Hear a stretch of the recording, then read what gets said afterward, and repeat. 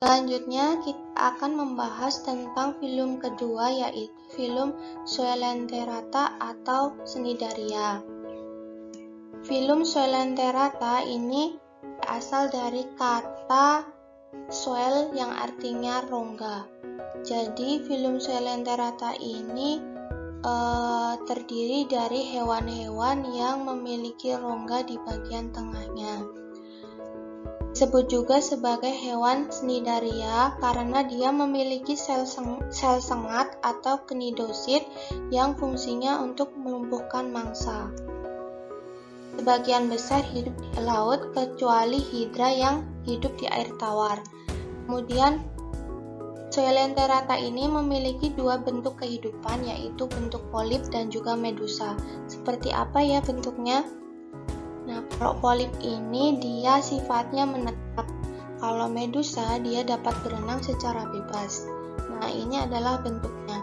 Polip ini bentuknya seperti tabung, dia melekat pada substrat di bawah dan menetap. Dia tidak bisa berenang bebas. Berbeda dengan tipe medusa. Medusa ini dia dapat bergerak bebas. Filum Coelenterata diklasifikasikan menjadi beberapa kelas. Kelas yang pertama adalah kelas Hydrozoa. Kelas ini ada yang hidup di air laut maupun air tawar. Dia dapat hidup sebagai polip atau medusa atau keduanya. Contohnya adalah Hydra sp dan juga Obelia. Daur hidup Obelia sebagai salah satu contoh kelas Hydrozoa. Nah, berawal dari polip yang sudah dewasa, dia akan melepaskan ujungnya membentuk medusa. Medusa dewasa ini ada yang jantan dan juga betina. Medusa jantan akan melepaskan sel sperma, sedangkan medusa betina akan mengeluarkan sel telur atau ovum. Ovum dan juga sperma akan bertemu dan terjadilah proses fertilisasi membentuk zigot. Zigot ini akan berkembang menjadi larva planula, kemudian larva ini akan berkembang membentuk polip muda.